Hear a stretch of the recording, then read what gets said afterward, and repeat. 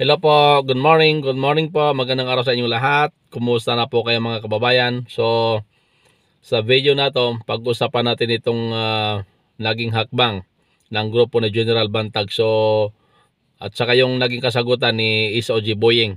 So, bago yan, ay panoorin po muna natin itong naging pahayag ni General Bantag at ng kanyang abogado at itong naging kasagutan na rin itong si SOG. Dante, ano ang naging pahayag ni Bantag sa pagdalo niya sa pagdinig at bakit gusto niya o gusto nila na bitawan ng DOJ ang mga reklamo? Walang ibang sinabi ang suspendidong Bucor Chief na si Gerald Bantag, hindi niya siya nagtatago. Sa katunayan ay nagtungo siya rito sa Department of Justice kanina at nais na ng kanilang kampo na ilipat ang kanyang kaso dahil hindi umano patas ang pagtrato sa kanila ng DOJ.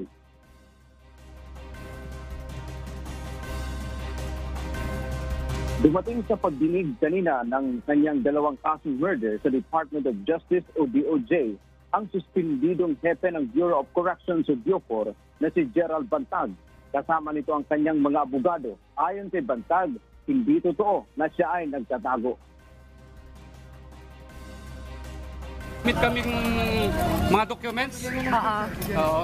Kasama yung abogado ko. Kasi sabi nila nagtatago ako. Hindi naman. Samantala sa pagdinig kanina, naghain ng misyon ang kampo ni Bantag para bitawan ng DOJ ang mga reklamo at ilipat na lamang sa ombudsman. Paliwanag ng kanyang abogado na si Attorney Rocky Balisong, naniniwala sila na hindi magiging patas ang pagresolba sa mga ito dahil nasa ilalim ni Justice Secretary Boying Rimulya ang panel of prosecutors na may hawak sa mga reklamo. May kapangyarihan anya si Rimulya na reviewin at baguhin ang anumang resolusyon ng panel of prosecutors. These are very material matters which should be considered before submitting the counter affidavit. So it is not at all a delaying tactic. Sa mga panayam rin umano kay Rimulya ay inakusahan ito si Bantag na siyang gumawa sa krimen. Dagdag pa ni Attorney Balisong dahil si Bantag ay opisyal ng pamahalaan na may salary grade 30, ang ombudsman ang may jurisdiksyon na i-prosecute ito at sa Sandigan Bayan naman ang paglilitis sa kaso. Ayon naman kay Justice Secretary Rimulya, walang duda na nasa jurisdiksyon ng DOJ ang mga kaso ni Bantag. Harapin na lang anya nito ang kaso at huwag nang magdrama. Hindi po. Tingnan natin. Basta inhibition is not a question here. Hindi ho pwede. Mabuti naman. Igalang niya ang batas. Sana lagi niyang ginagalang ang batas. Diba? Mula nang simula.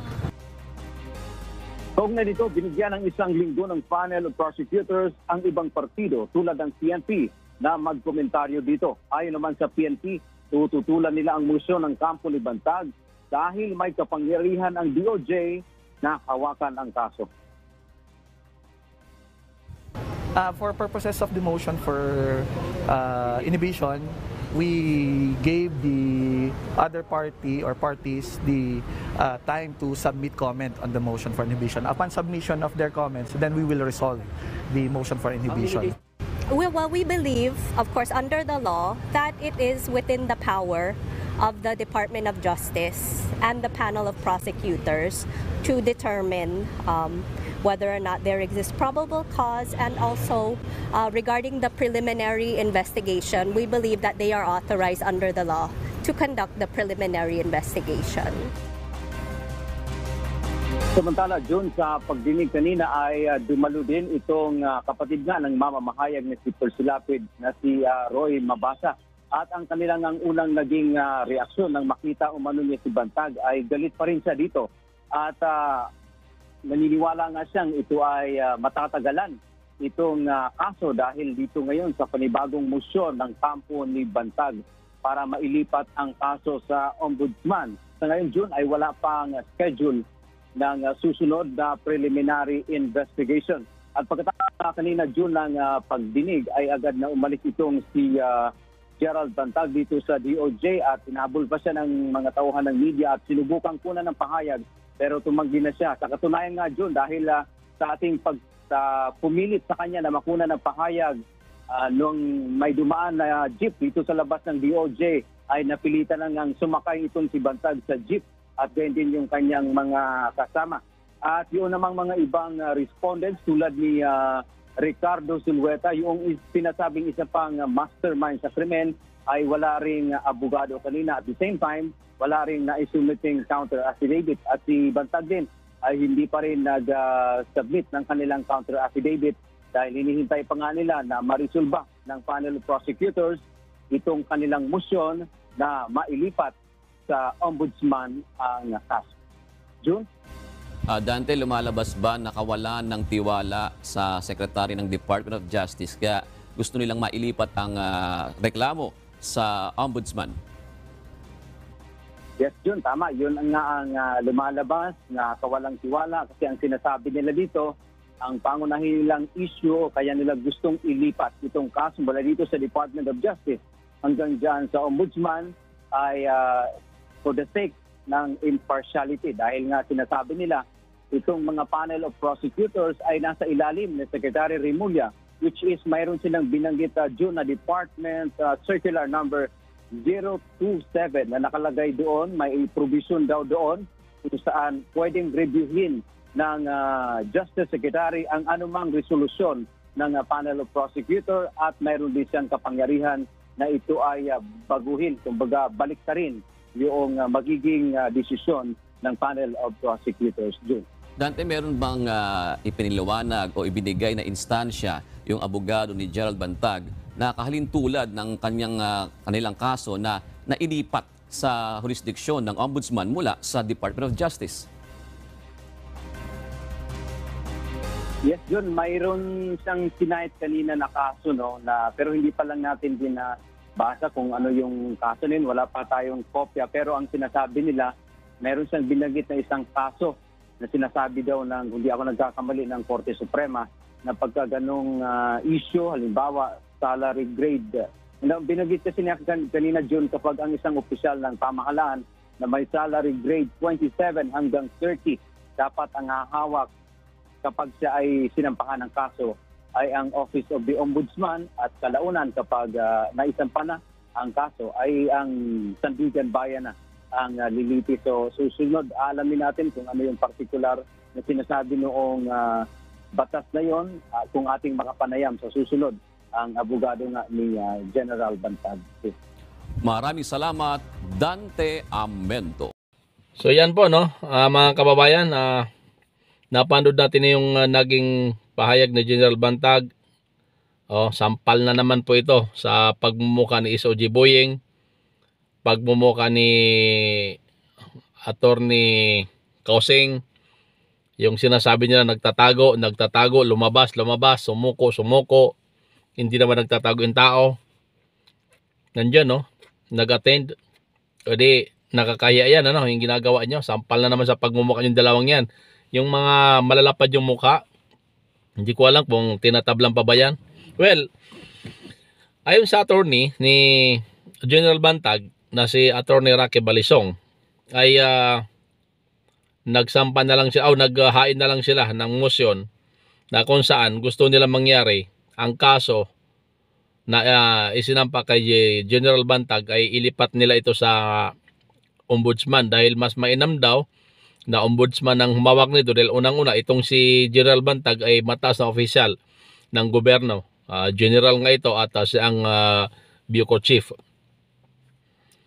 Tama lang naman yun dahil tama din yung sinabi nila na hindi talaga sila makakakuha ng patas na trato o patas na hatol dyan sa DOJ dahil kahit hindi pag hindi mawala yan, pag hindi naalis yan sa jurisdiction ng DOJ ay kahit pa hindi pumasa yan sa mga piskalya, ay po pwedeng baguhin ni Remulla yan. Samantala naman, alam naman natin kung gaano talaga pinag-iinitan nitong si SOG Boying, Remulla, itong si General Bantag.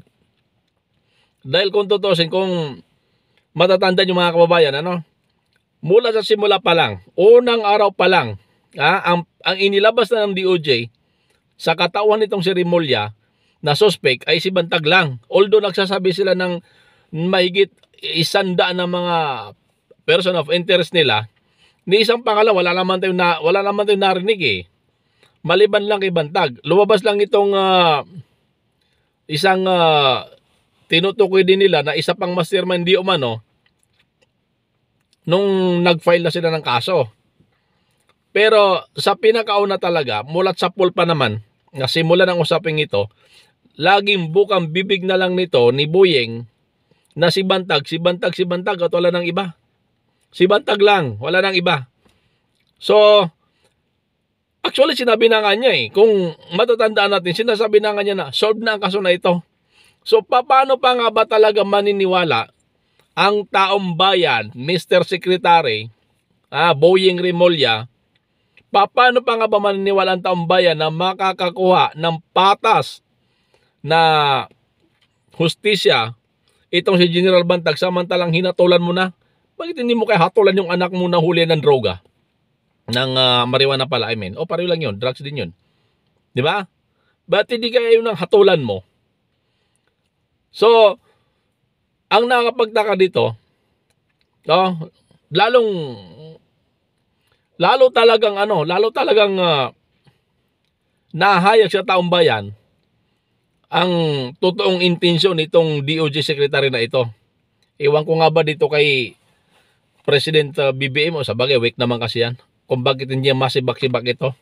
Tingnan nyo nang magpahayag ang abogado ni General Bantag na si Attorney Rocky Balisong, although marami sa mga abogado pero parang ito ang laging nagsasalita para sa kanila. Ang sabi niya, gusto nila, nag-file nga sila ng motion para ilipat sa, ang gusto na ombudsman ang humawak niyan. Dahil nga naman may jurisdiction din ng ombudsman sapagkat si General Bantag ay isang mataas na opisyal ng gobyerno bilang general at bilang director general ng Bucor. So agad ito kumontra itong si SOG Boyeng. Sabi niya, pinagdiinan niya na hindi daw talaga pwedeng mawala sa poder ng DOJ ang kaso. So nakita niyo mga kababayan? Nakita niyo mga kababayan kung gaano kagarapal itong si Boyeng? Talagang hindi natin malaman kung ano talagang sakit nito sa pag-isip eh. Nabuking na nga ng taong bayan at nakita na nga niya, naramdaman at nakita ng kanyang tatlong mata na may muta kung gaano sinusuportahan ng taong bayan si General Bantag, kung paano ang taong bayan ang mas naniniwala kay General Bantag kaysa sa kanyang mga binubuong bla bla bla. Hindi pa rin talaga nadadala itong si SOG Boyeng. Walang kadala-dala talaga ito. Maalala ko tuloy mulat sa pool, Mulat sa pool.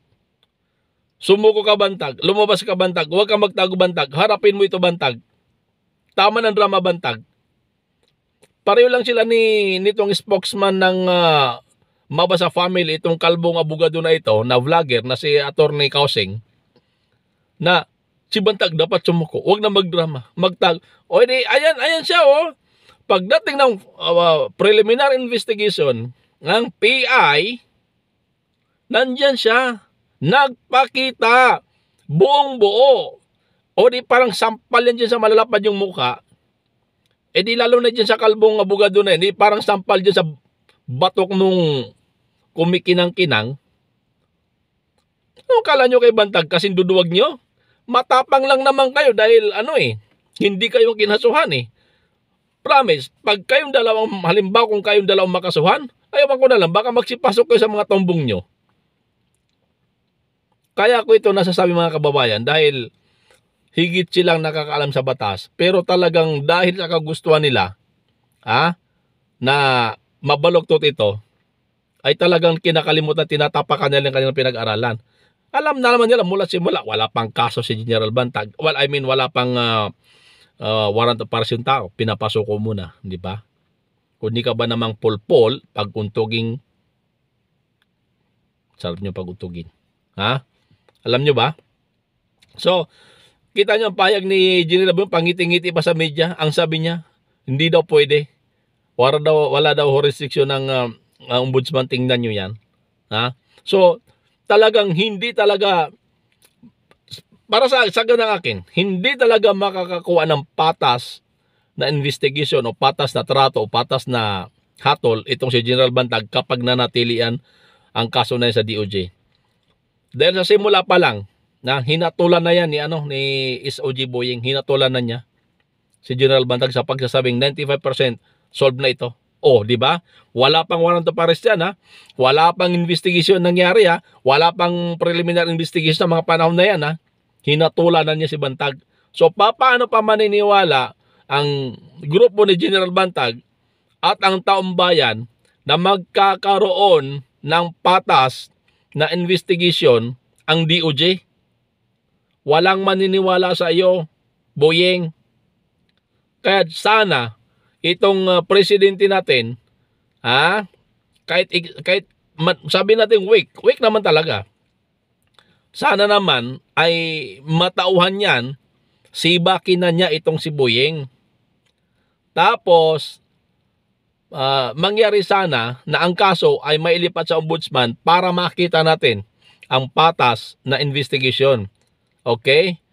So hanggat hindi nangyayari yan, huwag natin titigilan na bantayan ang mga pangyayaring ito sapagkat sabihin man natin na hindi tayo kasali pero ganun kasali pa rin tayo dahil kung ang isang general na katulad ni General Bantag ay nagagawang ganyanin ni Boying, ano pa kaya kung sa mahirap na tao, di ba? So, sige po mga kababayan, hanggang sa muli po at patuloy natin itong subaybayan at ihatid natin kung ano man ang mga kaganapan dyan.